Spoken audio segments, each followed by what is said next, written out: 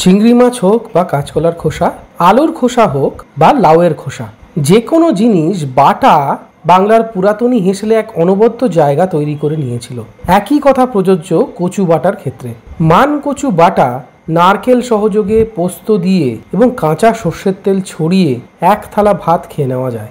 রান্নার এই পদ বিশেষত বাঙাল অর্থাৎ বাংলাদেশিদের প্রচণ্ড পছন্দ। তার মানে এটা নয় যে এপারের বাঙালিরা কচু বাটা পছন্দ করেন না, নিশ্চয়ই করেন। আজকে একদম ক্লাসিক্যাল স্টাইলে শিল নোড়া দিয়ে বাটা কচু বাটা আপনাদের জন্য তৈরি করছি। তৈরি করুন এবং খেয়ে দেখুন, আর ডুবে যান সেই পুরাতনী স্বাদে।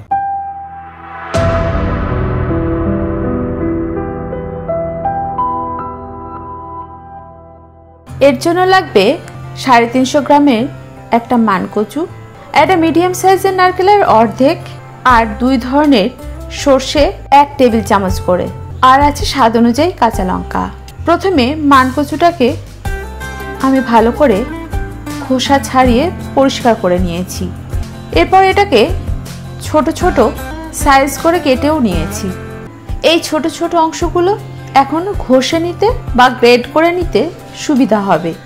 মানকচুটা প্রথমে গ্রেড করে নিতে হবে, কারণ এটা শিলনোড়ায় বাটতে সুবিধা হবে।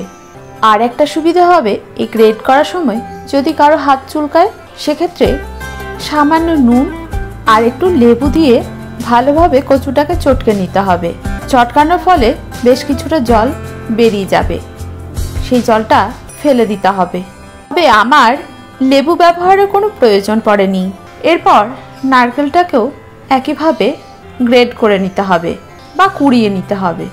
নারকেল আর কচু যখন গ্রেড করা হয়ে যাবে, তখন শিলনোড়ায় একে একে গ্রেড করা কচু নারকেল ভালোভাবে বেটে নিতে হবে।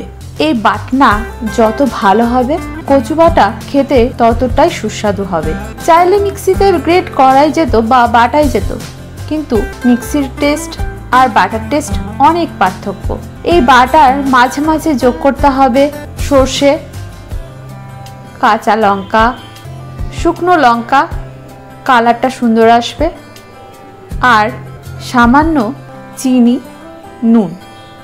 আমার বাটনাটা ছিল খুব ছোট, তাই অল্প অল্প করে বেটে একটি পাত্রে তুলে রাখতে হয়েছে।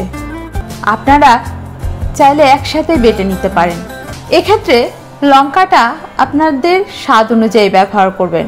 শুকনো লঙ্কা চাইলে স্কিপও করতে পারেন। তবে কচু বাটার রঙটা এতটা সুন্দর হয়েছিল, সেটা শুকনো লঙ্কা দেওয়ার জন্য। এই রান্নাটা বাঙালদের কাছে বহু পুরাতন রান্না। শিলনোড়ায় বাটার জন্য অনেকে এটাকে বাদি দিয়ে ফেলেছেন, কিন্তু ইদানিং ইন্দুবালা হোটেলের রান্নাটা দেখার পর অনেকেই এটা আবার নতুনভাবে তৈরি করছেন। যাই হোক, আপনারাও তৈরি করুন, আর এই পুরাতনী রান্নাগুলোকে হারিয়ে যেতে দেবেন না। সব শেষে এই সমস্ত বাটা মশলাটাকে আমি শিলে ভালোভাবে মেখে নিয়েছি ঢেলে, আর যোগ করেছি 1 টেবিল চামচ সর্ষের তেল। সর্ষের তেল ছাড়া বাটা বা ভর্তা কোনোটাই ততটা সুস্বাদু হয় না। এখন পরিবেশন করা পালা। পরিবেশনের সময় আরও কিছুটা সর্ষের তেল ছড়িয়ে দিয়েছি। কেমন লাগলো কমেন্ট করে জানাবেন। আমি থাকবো আপনাদের কমেন্টের অপেক্ষায়।